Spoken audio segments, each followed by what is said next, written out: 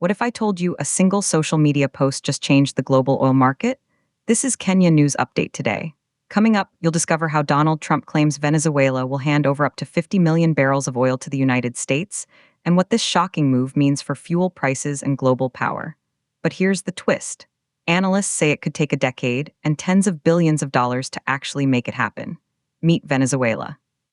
Country sitting on the world's largest proven oil reserves, an estimated 303 billion barrels. But for years, its production has been collapsing. Then, a surprise military operation removed President Nicolás Maduro from power. And now, Trump posts on Truth Social, announcing a seismic shift. He says the interim authorities will be turning over between 30 and 50 million barrels of high-quality, sanctioned oil to the United States.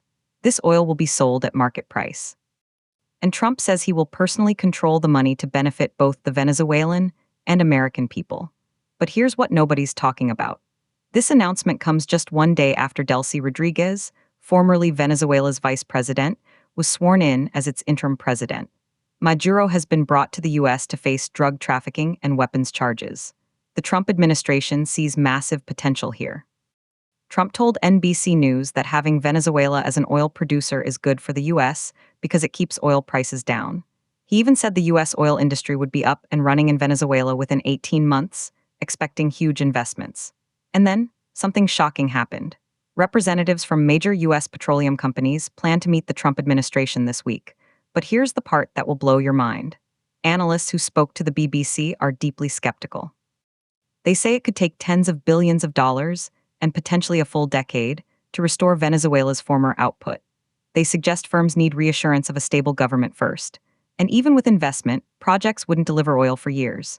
So Trump's plan might not impact global supply or price anytime soon. The escalation continues. Trump argues American oil companies can fix Venezuela's broken infrastructure. But increasing production would be incredibly expensive for U.S. firms. There's another huge problem. Venezuelan oil is heavy and difficult to refine. Currently, only one U.S. firm, Chevron, is operating there. When asked for comment, Chevron's spokesman said they remain focused on employee safety and asset integrity, operating in full compliance with laws. Another major player, ConocoPhillips, which left Venezuela, says it's just monitoring developments. The implications are massive.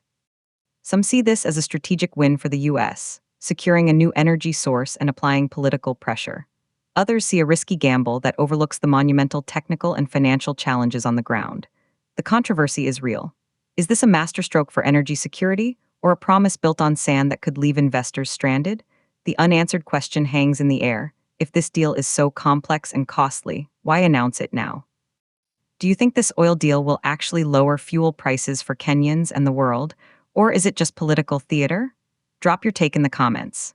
Subscribe to Kenya News Update today for more breaking global news that impacts your wallet.